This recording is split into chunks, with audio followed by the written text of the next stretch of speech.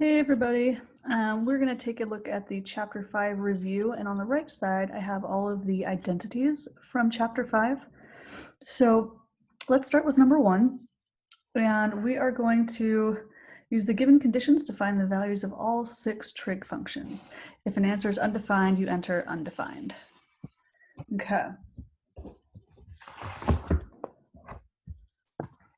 So what I'm thinking is, let's draw a triangle. They said that tangent of x is less than 0, which on my unit circle, tangent is the y value over the x value.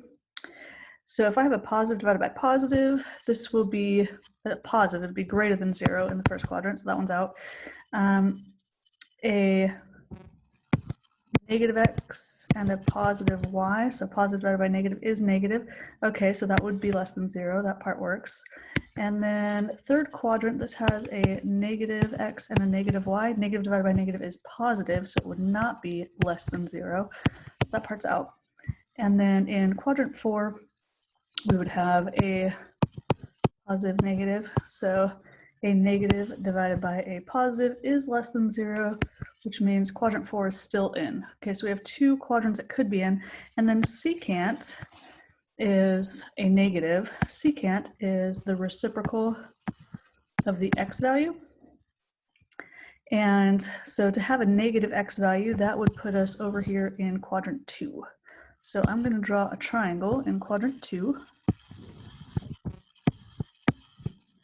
And if secant is negative 9/2, that would be the hypotenuse over the adjacent. The hypotenuse will be a positive every time, so there's my positive 9, but I have a negative x value, so a negative 2 for that x.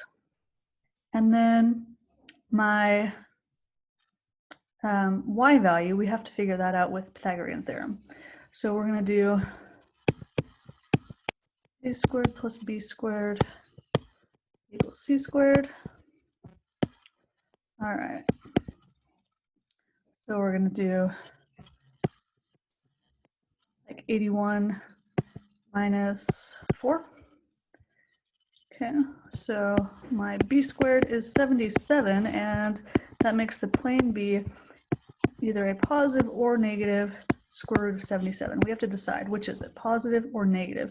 And because I'm looking at a y value in the second quadrant, I should have a positive y value there, which means I'm going to go with a positive root 77. And once we have this all put together, we can find any of the 6 trig functions. You can actually see all the answers right here. The sine is my y over r, so my root 77 over 9. The cosine is actually the reciprocal of secant. We probably could have figured that out without drawing the triangle, but it's the reciprocal there, so negative 2/9. Tangent, opposite over adjacent, so that would be my root 77 over a negative 2. Now this is, you can see their answer here is the reciprocal of sine, which is true, but I would have to rationalize the denominator. So I will multiply by root 77 over root 77. So my final answer would be 9 root 77 over the whole number 77. That's the simplified answer. And then these ones, the cosine and secant, are reciprocals, so I would get negative 9/2. And then these guys right here, tangent and cotangent, are reciprocals.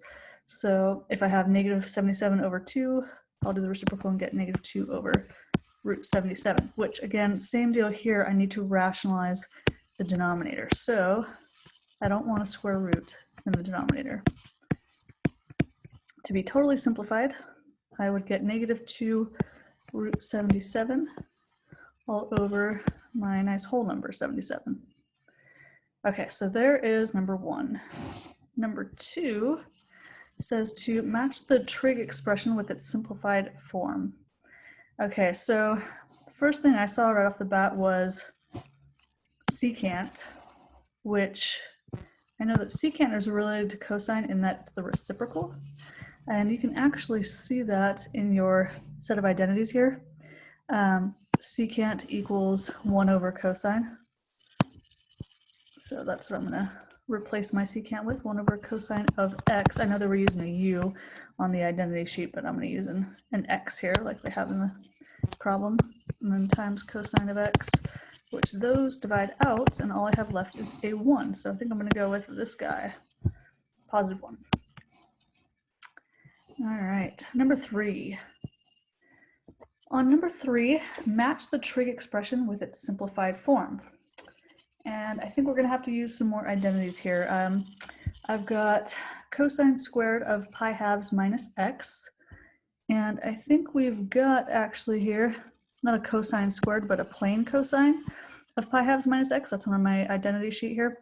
That would give me a sine of x. I know they have a sine of u, but the variable we're using on this problem has an x, so I would do sine of x. And this was cosine squared versus my plain cosine on the identity sheet. So when my plain cosine of pi halves minus u turns into a sine of u, my cosine squared of pi halves minus x is going to turn into a sine squared of x.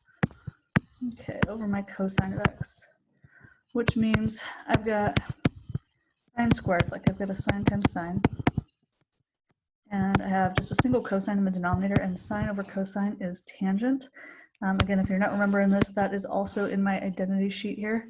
Tangent is sine of u over cosine of u. I've got x's, but same deal. I'm going to end up with a tangent of x times sine of x.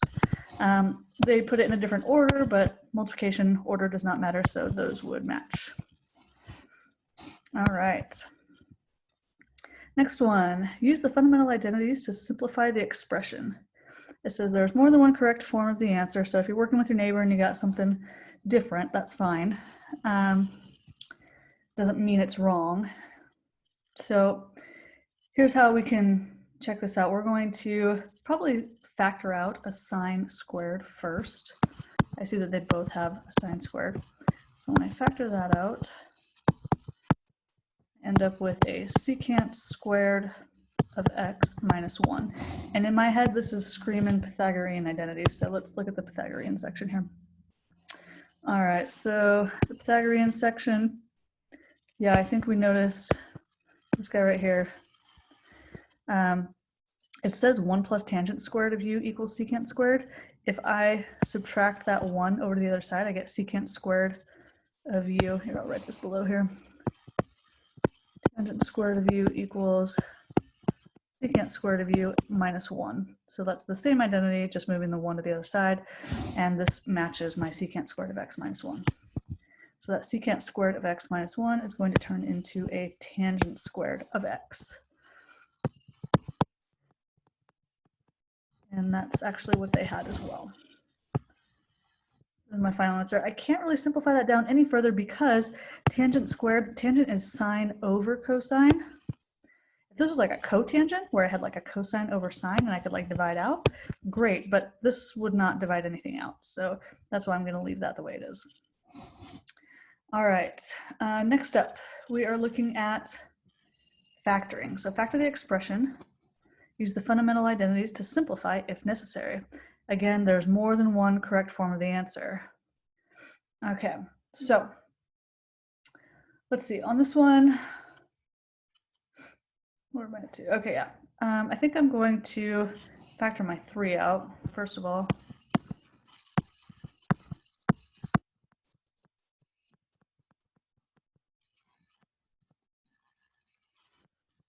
All right, and I'm hoping we're reaching back to the difference of squares. This was a while ago when you guys learned how to factor with the difference of squares. I have a secant squared minus, and this is like 1 squared. 1 squared is 1. And so I will factor that into a secant of x plus 1 times a secant of x minus 1. Okay, so there's my difference of squares. And that actually makes the numerator and denominator have the same factors that I could divide out.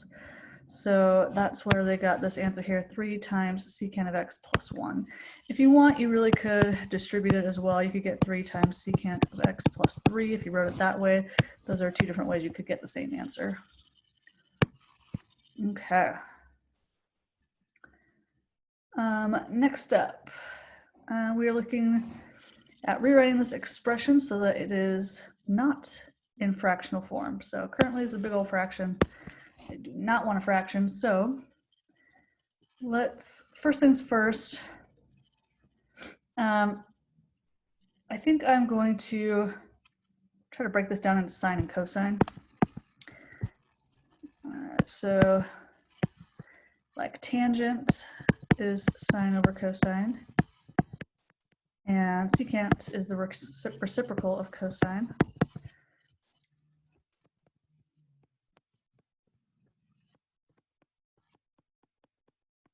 So this whole fraction divided by a fraction means I will multiply by the reciprocal. I'll get a 4 cosine of x over sine of x plus 1.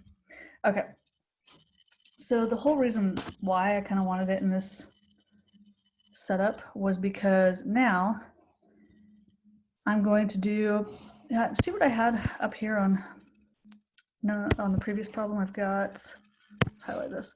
I had the difference of squares, right? I had a secant of x plus 1 and I had a secant of x minus 1. As of right now, it's sine, but I have a sine of x plus 1. I've got like half of it. Let's try to use that same difference of squares. And I'm going to multiply this by sine of x minus 1. Okay, so it kind of match up with the other factor that we had there. And I'm basically multiplying by a fancy version of the number 1. Anything divided by itself is 1. The whole reason I did this, though, was because now the denominator is going to be, again, my difference of squares. It's a sine squared of x minus 1 squared, which 1 squared is still 1. And then that, if I distribute my 4 cosine of x, I get 4 sine x cosine x minus 4 cosine x, all in the numerator. Okay, it looks messy, but this guy, the whole reason I multiplied by that fraction that I did was because sine squared minus 1, that is one of my identities. So sine squared of x minus 1 is going to match the Pythagorean identity, which it looks a little different, but you could rewrite it. If I subtract the 1 over here, sine squared of u minus 1, and then I can subtract the cosine on the other side. Run out of space here.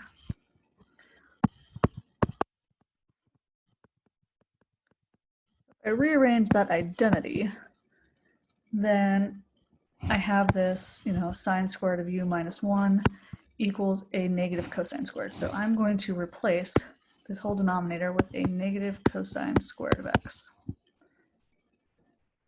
All right. And then what that does is, I'll move this up here. If it's divided by cosine squared, actually each of these had a cosine. So let's divide that out with one of the cosines. I know I have a cosine squared in the denominator. Let's just divide out one of the cosines out of everything. So I am now at 4 sine x minus 4 over a negative cosine of x.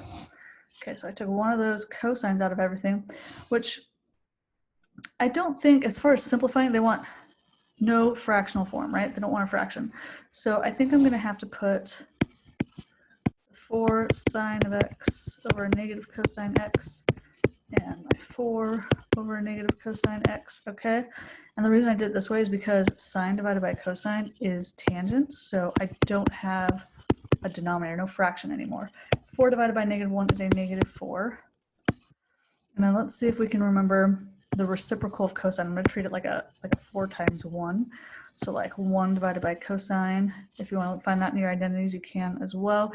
1 divided by cosine is secant. So that gets me, let's see, 4 divided by negative 1 is a negative 4. And I was subtracting a negative 4, so I've got a plus 4 times secant of x. So again, no denominator, which is what we were going for. And there we go. Again, they had it in a different order. In fact, they had the 4 all factored out. It's like the answer that I came up with right here is equal to, oops, it's equal to what they have. It's just written in a different way. So whichever of these methods that you write it in should be correct as well. Okay, let's see here.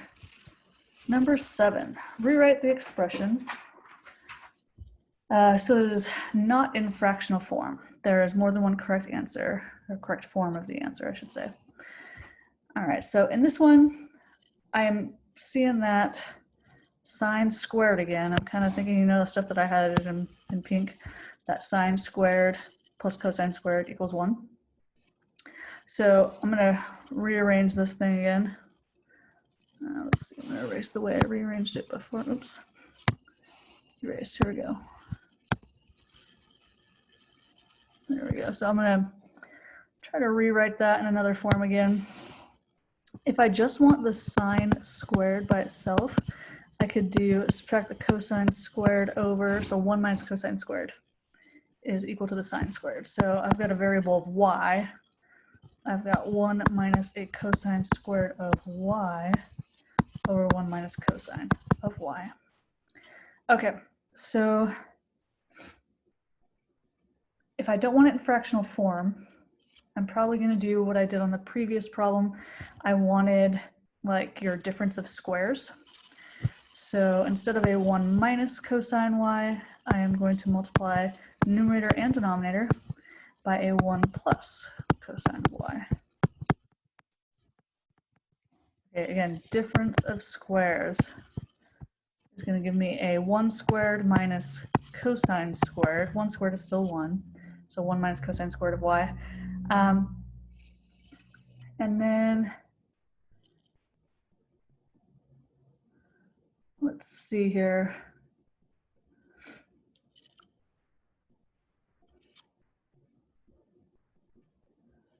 Did I do what I was going for?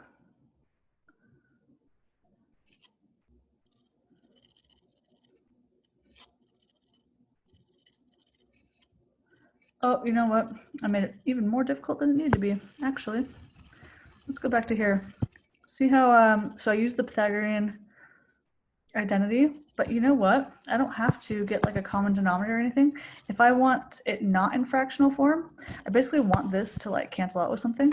So I can actually factor, as far as the difference of squares goes, I already have the difference of squares. I can factor that into a 1 plus cosine of y times a 1 minus cosine of y. And then it is still all over my 1 minus cosine of y. So actually, these factors divide out, and all I have left now is the 1 plus cosine of y. They wrote it in the other order, cosine of y plus 1, but same thing. Okay, so yeah, I guess the difference between number 6 and number 7. Number 6, you had to do the green stuff here. You had to use the difference of squares by multiplying by that missing factor, whereas in the next problem, I didn't have to multiply by anything. I had to basically do the exact opposite. I had to factor the numerator. But either way, I was using the difference of squares. You guys are going to see the difference of squares a lot. Okay, so number 8 here. Use the trigonometric substitution to write the algebraic expression as a trigonometric function of theta, where theta is between 0 and pi halves. All right, so on my unit circle, here's 0 radians, here's pi halves radians. So if I'm between 0 and pi halves, this basically tells me I'm in quadrant 1. So let's draw a little triangle here in quadrant 1, right triangle. All right, they said that the square root of 25x squared plus 49, okay, and 5x equals 7 tangent of theta. So let's see here. If I divide by 5 on both sides of this equation, I get that x equals 7/5 tangent of theta. And if I know what x equals, I can sub that into this other square root here, because they said to use substitution, right? So the fact that I'm substituting this in for the x, kind of following what they told me to do. And they don't want it algebraically, like they don't want straight up x's, they want some trig functions there. So I will sub that in and I will get the square root of 25 times, and then not just x, but the 7/5 tangent theta is all squared. And then they've got a plus 49 on the end there. Okay, so I don't know if you guys noticed, but these numbers are matching up nice and pretty. You've got to square your 7/5, and 7/5 squared is going to give me a 49/25. And then I have my tangent squared as well, but it's multiplied by 25. And then I've got a plus 49 over here. So this is kind of all matching up nice and pretty. 25's divide out. And I can actually factor out a 49. So I have a tangent squared plus 1. All right. And hopefully we recognize tangent squared plus 1 is one of the identities. Tangent squared plus 1 is a secant squared. So I can take the square root of 49. I can take the square root of my secant squared of theta there. Okay, so I'm getting down to a 7 and a just plain secant of theta. Now, a lot of times when you do a square root, you do like a plus or minus, right? But the fact that we are in quadrant 1, that helps me decide, do I want a positive on my secant or a negative? And because I have positive x's and positive y's in the first quadrant, this has to be a positive 7 secant of theta. Okay, so that's how they got their answer here. All right, number 9, rewrite the expression as a single logarithm and simplify the results. Okay, so we got to break into our log rules from a while ago. And I think the subtraction right here, that's kind of telling me I'm going to condense this into a single natural log, like natural log of something, but that subtraction means I'll condense it with division. So I've got to do the first argument, tangent of t, divided by the second argument, 1 minus cosine squared of t. Okay, in fact, I think I'm going to put an absolute value around that. We only take natural log of positive numbers. That's why they have these absolute values going on. I can't take the natural log of a negative. Okay, 1 minus cosine squared. Well, I think we already did that over here on this other page. Oops.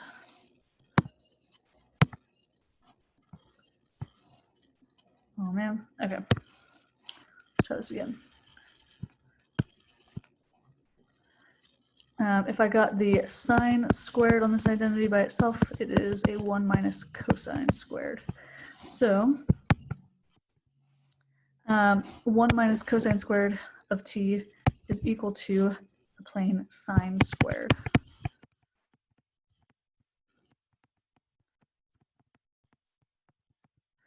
All right, and tangent is sine over cosine. So I'm going to put this all in terms of sines and cosines.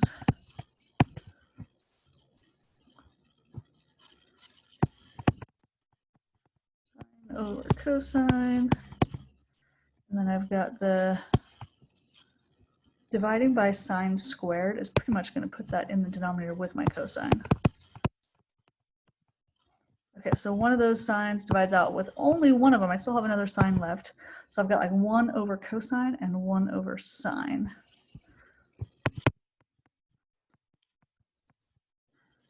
One over cosine, here, let's write this down.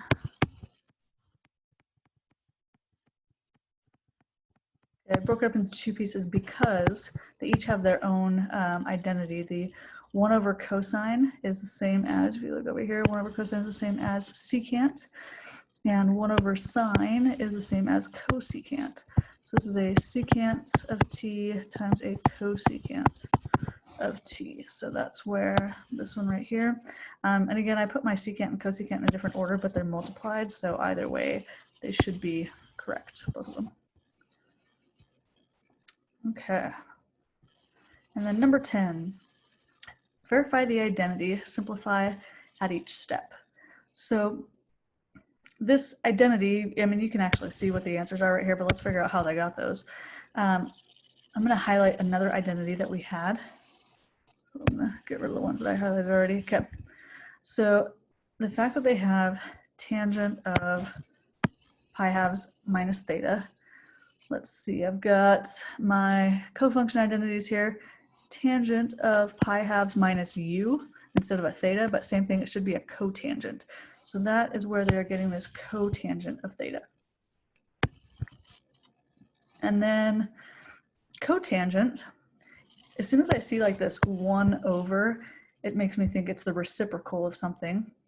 In fact, that's another one of the identities we had. Move this guy over. Okay, cotangent is 1 over tangent. It's the reciprocal of tangent. So that's where this tangent came from. Which it is true. Hopefully you guys can recognize this last step is true because your tangents would divide out and it would just equal 1. Okay. And then number 11, verify the identity. So let's fill this in again. You can see what the answers are, but let's figure out how they got them.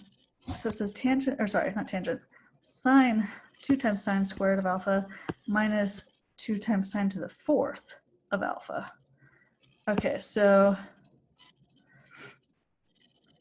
they've got 2 times sine squared of alpha got like factored out. Notice the parentheses here. It's like they factored out a sine squared and a 2. So the 2's are both gone. Sine squared is also gone, and the 2. That's why there's just a 1 left here. It's like they factored out the entire 2 sine squared. And then here, the 2 got factored out, and a sine squared. So 2 of those 4 sines were factored out. There's still 2 of them left, so that's why this has a sine squared of alpha that's left here. Okay. So this has to, the first step has to do with factoring. The second step, I think, has to do with one of our identities. So 1 minus sine squared. 1 minus sine squared, they actually took care of that already. Here, I'll put this in another color. 1 minus sine squared matches with this Pythagorean identity, where if I subtracted sine squared over, I would have that cosine squared of u equals a 1 minus sine squared of u. So that 1 minus sine squared matched up with this cosine squared. So those guys already matched up. And then let's look at this stuff that factored out, the 2 times sine squared. Well, again, sine squared, if I adjust this identity, sine squared is equal to 1 minus cosine squared. So that's where we got our, consider it like this, they got a 2 times this sine squared being a 1 minus cosine squared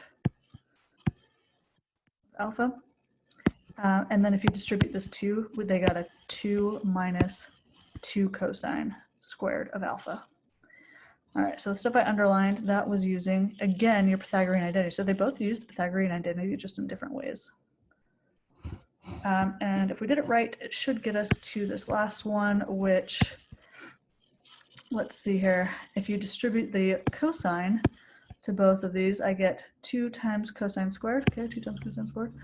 And then I would get 2 times cosine squared times another cosine squared. It's like 2 cosine to the 4th, which lands us right here. So yeah, that gets us to our final step there. Alrighty, there we go.